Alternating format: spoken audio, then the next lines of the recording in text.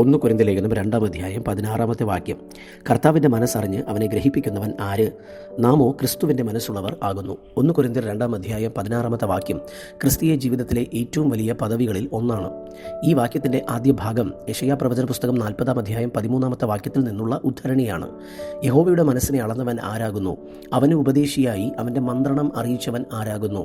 ദൈവത്തിൻ്റെ ചിന്തകൾ മനുഷ്യന് അപ്രാപ്യമാണെന്നും അവനെ ആർക്കും പഠിപ്പിക്കാൻ കഴിയില്ലെന്നും പ്രവാചകൻ ഇവിടെ സ്ഥാപിക്കുന്നു. അപ്പോസ്തലനായ പൗലോസ് ദൈവത്തിൻ്റെ പരിശുദ്ധാത്മാവിനാൽ ഈ ഭാഗം ഇവിടെ ഉദ്ധരിക്കുവാൻ കാരണം എന്താണ്? മനുഷ്യബുദ്ധിക്ക് ദൈവത്തിൻ്റെ പദ്ധതികൾ ഗ്രഹിക്കാൻ കഴിയില്ലെന്ന് വിശുദ്ധ പൗലോസ് സമ്മതിക്കുന്നു.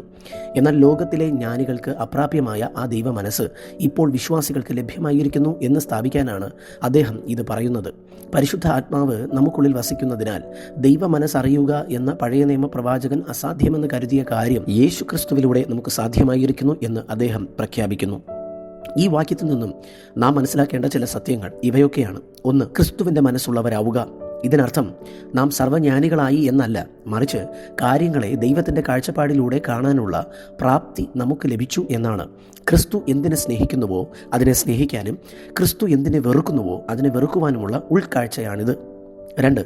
സ്വന്തം കഴിവുകൊണ്ടല്ല, പരിശുദ്ധാത്മാവ് ക്രിസ്തുവിൻ്റെ ചിന്തകളെ നമുക്ക് വെളിപ്പെടുത്തി തരുന്നതുകൊണ്ടാണ് ഇത് സംഭവിക്കുന്നത്. 3. ലോകം തള്ളിക്കളയുന്ന കുരിശിൻ്റെ വഴി വിജയത്തിൻ്റെ വഴിയാണ് എന്ന് തിരിച്ചറിയാൻ ഈ ക്രിസ്തുവിൻ്റെ മനസ്സ് നമ്മെ സഹായിക്കുന്നു. ചുരുക്കത്തിൽ, ആർക്കും അളക്കാൻ കഴിയാത്ത ദൈവത്തിൻ്റെ ആഗ്രഹങ്ങളും ആർക്കും അളക്കാൻ കഴിയാത്ത ദൈവത്തിൻ്റെ ചിന്തകളും യേശു ക്രിസ്തുവിലൂടെയും പരിശുദ്ധാത്മാവിലൂടെയും നമുക്ക് വെളിപ്പെട്ട് കിട്ടിയിരിക്കുന്നു എന്ന് കാണുന്നു. ലോകത്തിൻ്റെ ബുദ്ധിയല്ല, യേശു ക്രിസ്തുവിൻ്റെ ഭാവമാണ് നമ്മുടെ വഴികാട്ടി.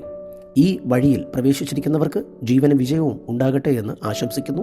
ഈ വചനത്താൽ ഇന്ന് ദൈവം നമ്മെ സമൃദ്ധമായി അനുഗ്രഹിക്കുമാറാകട്ടെ. ആമേൻ.